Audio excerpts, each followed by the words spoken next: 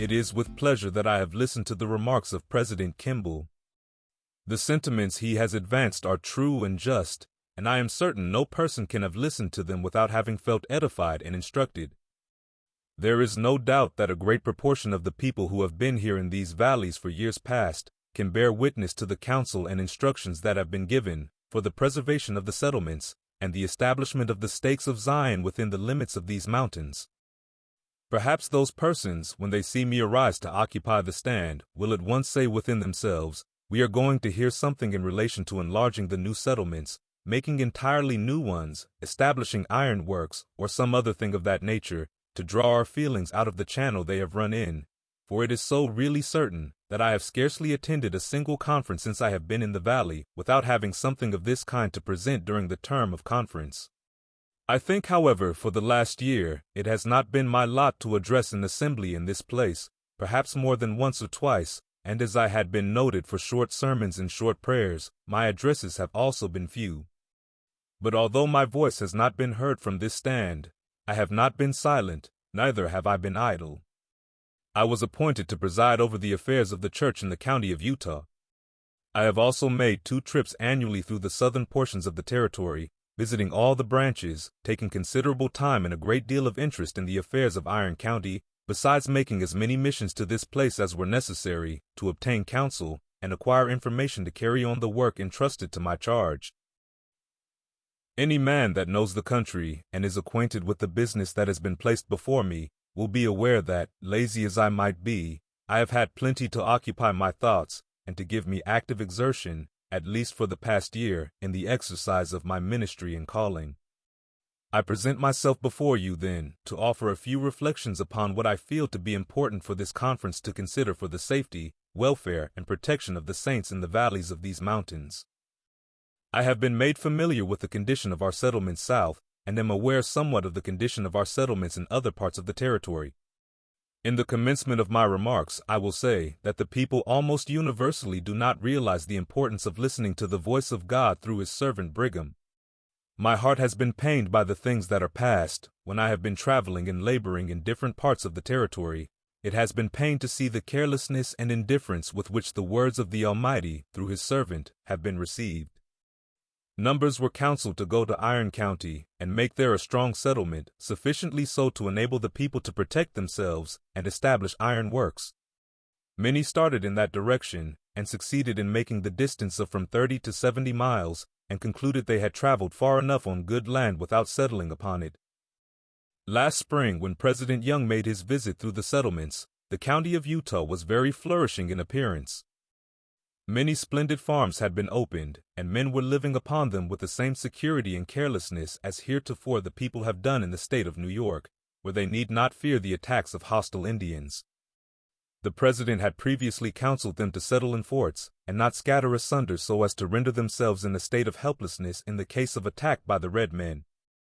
Forts had accordingly been surveyed, and cities had been surveyed, where the people could gather together and fortify themselves. Yet the great mass, I may say, or, at any rate, all the wealthy portions of them, had selected good farms, and were building good buildings, and making improvements upon them, and were dwelling safely, scattered all over the valley. A great many of them had lately come from England, and different parts of the world, and were in a flourishing condition. Cattle were increasing around them, corn was growing in abundance, and fruit and all things seemingly were beginning to flourish exceedingly. On viewing this state of things, I said to myself, is this to be the order of things? Are the people going to prosper in this way, while in open violation of the counsels that have been given, namely, to gather into forts? I knew that that state of affairs would not continue a great length of time, and can call the men and women in every settlement to bear witness that I have publicly testified that that order of things could not remain. For when God has a prophet on the earth, and that prophet tells the people what to do, and they neglect to do it, they must suffer for it. I bear witness before you this day, in the name of the Lord God of Israel, that no people can treat lightly the sayings of a prophet of God, whom he places on the earth to direct his people, and prosper. I know it is impossible. I have borne this testimony to the settlements in my preachings when I have visited them. In reply, the folks would say, "There is no danger, Brother Smith, if we do live in the country, upon our farms, for it is so unpleasant to live in town." When President Young was going south last season, in one of the large meetings he addressed at Palmyra in Utah County, he bore testimony in the name of the Lord God of Israel that if the people did not gather into cities and forts and fortify themselves, they should be driven out of these mountains.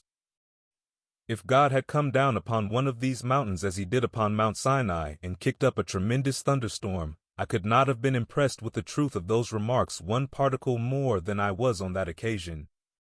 I knew Brigham to be a prophet of the Lord, and esteemed his words as the voice of God to the people. I straightway commenced to encourage the people and preach to them, and proposed laying out a fort for them, when they would perhaps turn round and say, "Really, Brother Smith, do you think there is any danger?" I would say within myself, "Here are hundreds and thousands of brethren that have never been proved. They have never borne the heat and burden of the day, but they are picking up the fat valleys of Ephraim, and selecting good farms, and securing to themselves beautiful situations, and making splendid improvements, and living in peace, and eating of the fat of the land, and forgetting their God. Can this state of things remain?" I went to every settlement and attempted to encourage them to fort, but failed to accomplish anything towards getting them to obey the word of the Lord on this matter. Some of them said they would move into forts in the fall of the year.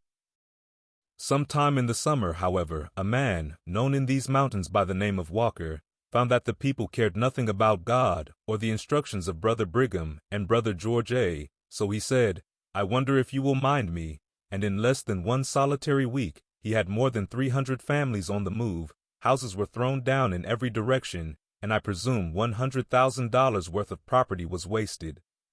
Had the people listened to the counsel of President Young in the first place, and put their property in a proper place, it would have been protected. In the counties of Utah, Juab, and San Pete, the houses were vacated, and the Indians got into them and shot the brethren, so they had to be entirely demolished, which rendered it necessary for great numbers to move into forts. This has been effected by Brother Walker. That bloodthirsty Indian in this matter had more influence to make the saints obey counsel than the presidency of this church had, and could actually kick up a bigger fuss in a few days than they could by simply telling the people the will of the Lord. When God places a man on the earth to be his mouth, he says this or that is the law, and this is the thing for the people to obey. "Well, but," says one, "I cannot make as good a living in town as I can away out on a farm where I can keep a great many cattle." It appears probable to me you might make more by going to parts of California or Australia than you can make even out on a farm in this country. If your object is to make as much earthly gain as possible, why not go where you can get the most of it? This business of having one hand in the golden honeypots of heaven, and the other in the dark regions of hell, undertaking to serve both God and Mammon at once, will not answer. Aside from the settlements in San Pete, I believe I have, more or less, been with nearly all the settlements south, and I have also visited the San Pete settlements 2 or 3 times, and I do know that if the counsel and instructions of President Young could have been observed, it would have saved the people at least $100,000. And I do further know, to my satisfaction, that if the counsel of President Young had been observed, not one of the saints would have lost his life by an Indian. I am certain of these facts, and yet occasionally some man falls a prey to some cruel savage, and whole villages have to be removed, and farms vacated, and tens of thousands of dollars worth of damage is done all the time, because men will not live according to the instructions given to them by the prophet of God. If you ask men to build in a fort, they will say, "It is a free country, and we can build where we please." I admit that a man is free to serve the devil if he thinks proper, but let me tell you, it is the cheapest in the end to do right. There was no more necessity of having this Indian war than there is of our going out to kill the cattle on the plains of Jordan and leave them for the wolves to devour. If we had taken the course that was marked out to us and observed the advice given to us, all our past troubles would not have occurred. I know this language will hurt the feelings of a great many. But I will talk about Iron County, as I am the Iron Major. I am advancing in the ranks. They used to say, in Utah, I was a pretty good sort of a fellow until I got to be a colonel, and then I became more savage. Be this as it may, I do know that if the people of Iron County had listened to the counsel given to them, they would have saved to themselves in that little settlement, not over 800 strong, not less than $25,000, which they have actually lost, or I may more properly say, wasted, in consequence of the disposition to do as they pleased. When we first went to Iron County, we went with the same instructions the people had in all the other settlements, and accordingly we laid out forts as well as we were capable of. We will admit that those efforts were not planned as well as they might have been, but they were planned as well as we knew how to plan them at the time. A considerable number of men went to work at building forts, and those who did so were subjected to very little loss. But almost every time I have visited any settlement in Iron County from the time it first commenced up to the present, and I have been through a great proportion of them, I have had from 1 to 50 applicants saying, "Brother Smith, may I not go further, this way or that way, to make me a farm? Or, to the other place to make me a ranch?" And so it would be almost continually, asking for privileges to do things that they knew were contrary to counsel.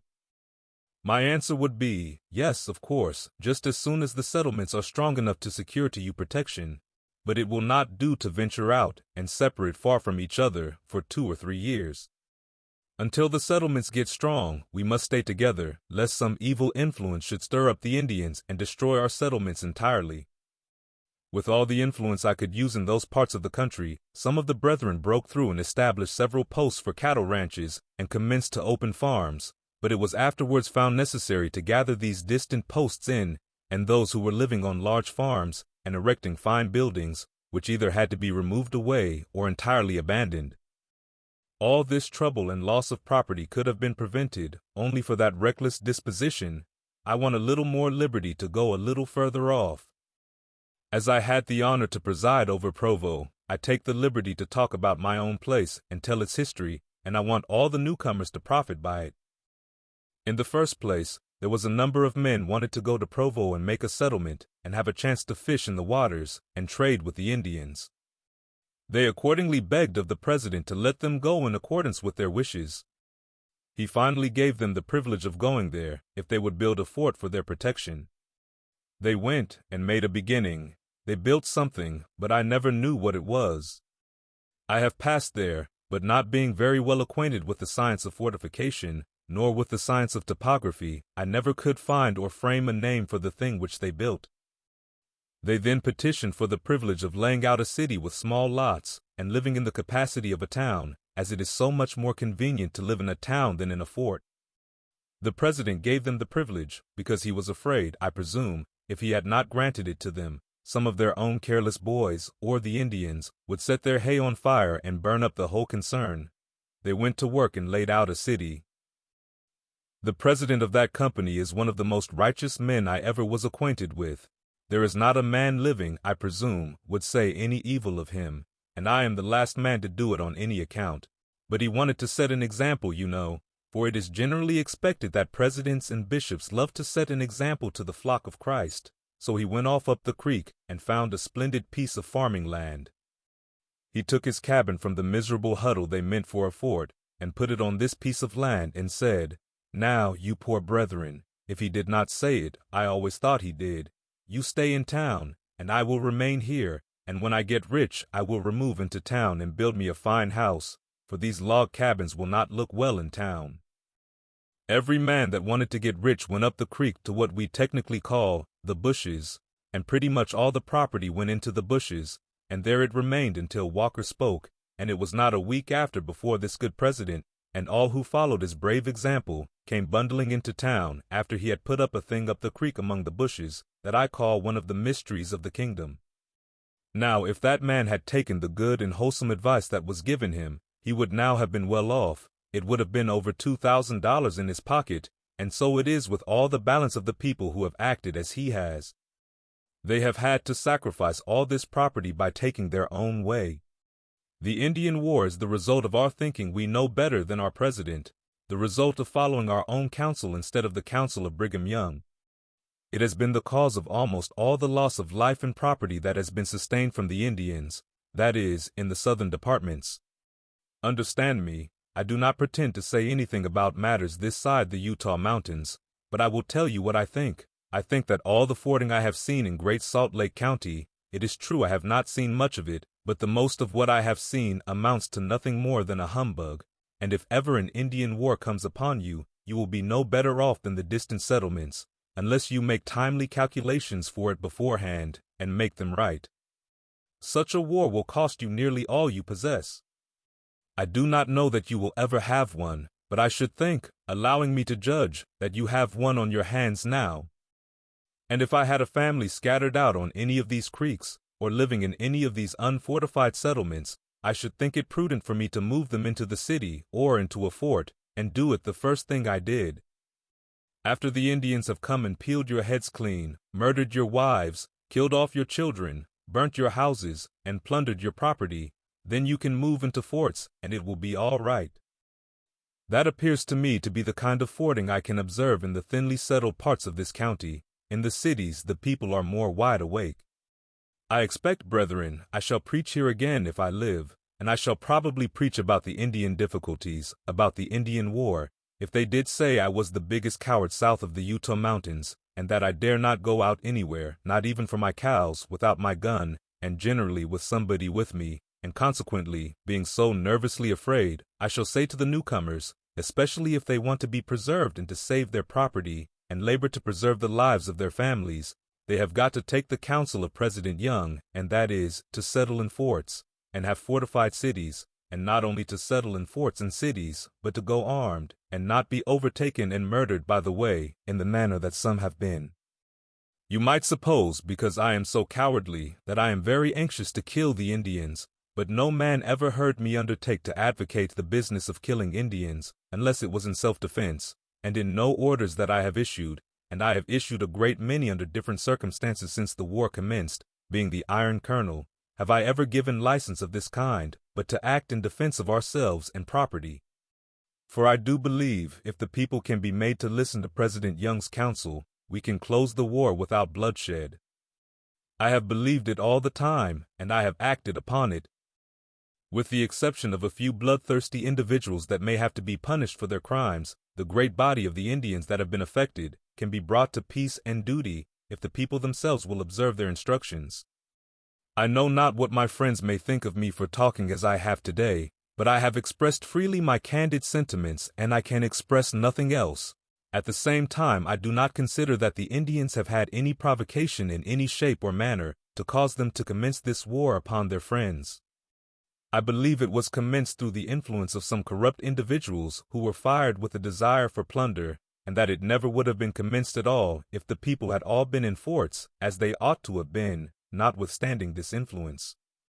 But when the Indians saw property scattered all over the plains, thousands of cattle and horses, with grain and everything spread before them, in an unprotected condition, those that were evil-minded among them coveted our property, and thought we could not defend it. And sure enough we could not, for we have more property than we can defend, we have more cattle than we can take care of, Indians can steal from us all the time, and we cannot take care of that which God has given us, because we have so much of it, and for want of its being brought under a proper organization, it is badly scattered and exposed, and until we make proper provisions to take care of our stock, evil-minded persons will plunder us. If we had built our forts, established our corrals, and taken care of everything we had, according to the instructions that all the new settlements received, this Indian war never would have commenced, because the Indians would have discovered there was no chance for plunder. They had no idea we would move into forts as we have done. I advised one individual, before he built a house out on a farm, to build in the city. Oh no, he must have more room, and he built in one of the most dangerous positions in the mountains. By and by the Indians drove him in. I absolutely did know, if I let that man's house stand, his family would sooner or later be murdered, which might have occurred any day, so I issued an order for it to be removed. He durst not trust me to remove it, for fear I should break something, and don't you think the poor miserable fellow broke 2 joists in removing it himself, which did not appear so small a matter to him as it does to us. He lost considerable, because he would not build in a safe place. His house was situated in a position to completely command the mouth of a canyon, and at the same time a more dangerous place did not exist in the district. The safety of the settlement actually required its removal. There were several men wounded through leaving their houses and not throwing them down, for they became a barricade for the Indians. So I took upon me the responsibility of removing such dangerous places as would give shelter to our enemies, while they pierced us with their bullets. Some men would tell me such a course was not strictly according to law. I told them I should save the lives of the people. And if they had not been gathered up, scores of men, women, and children would have been butchered before now. I presume I have talked to you long enough. It is a matter I feel considerable about. I know men are careless, women are careless, and if there is not greater care taken, women will be carried away prisoners, and their children will be murdered if they wander off carelessly and unprotected. I tell you, in a country like this, where women are scarce and hard to get, we have great need to take care of them, and not let the Indians have them. Walker himself has teased me for a white wife, and if any of the sisters will volunteer to marry him, I believe I can close the war forthwith. I am certain, unless men take better care of their women, Walker may supply himself on a liberal scale, and without closing the war either. In conclusion, I will say, if any lady wishes to be Mrs. Walker, if she will report herself to me, I will agree to negotiate the match.